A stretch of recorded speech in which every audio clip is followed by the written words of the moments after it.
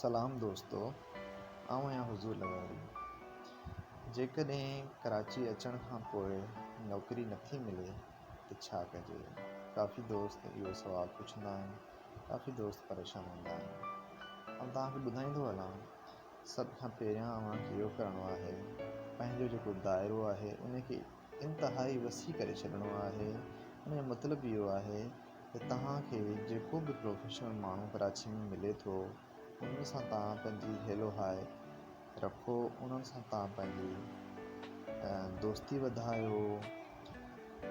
Professional माण्हुनि सां मुराद इहो आहे त जेके कॉर्पोरेट सेक्टर में कमु कनि था, जेके बैंकनि में, फैक्ट्रियुनि में, डिफरेंट कंपनियुनि में कमु कनि पिया, लाज़मी न आहे उन्हनि जो तालुक़ु तव्हांजी फील्ड सां ई हुजे। तव्हां इररिलेवेंट, तव्हांजी फील्ड खां परे थी करे मुख़्तलिफ़ कमु करे सघो था, मुख़्तलिफ़ बिज़नेस करे सघो था। माण्हू तव्हांखे सुठा सुठा आइडिया ॾींदा, माण्हू तव्हांजी हेल्प कंदा। उन्हनि माण्हुनि सां अगरि तव्हांजो वास्तो थी थो वञे, उहे माण्हू तव्हांखे कंहिं कंपनी में जॉब ते लॻाए सघनि था।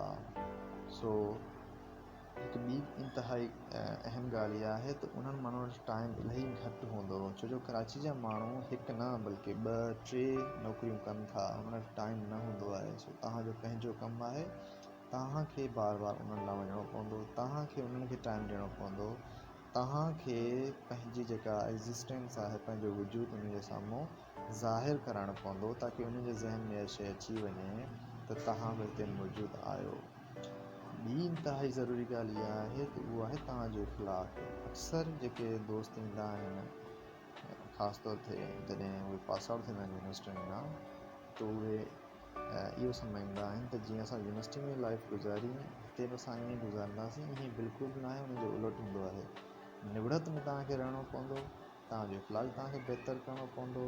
अगरि इहे शयूं सभु तव्हां पंहिंजे अंदरि पैदा करे था वञो, त आउं तव्हांखे यकीन ॾियारां थो तव्हां ज़रूरु कामयाबु थींदा।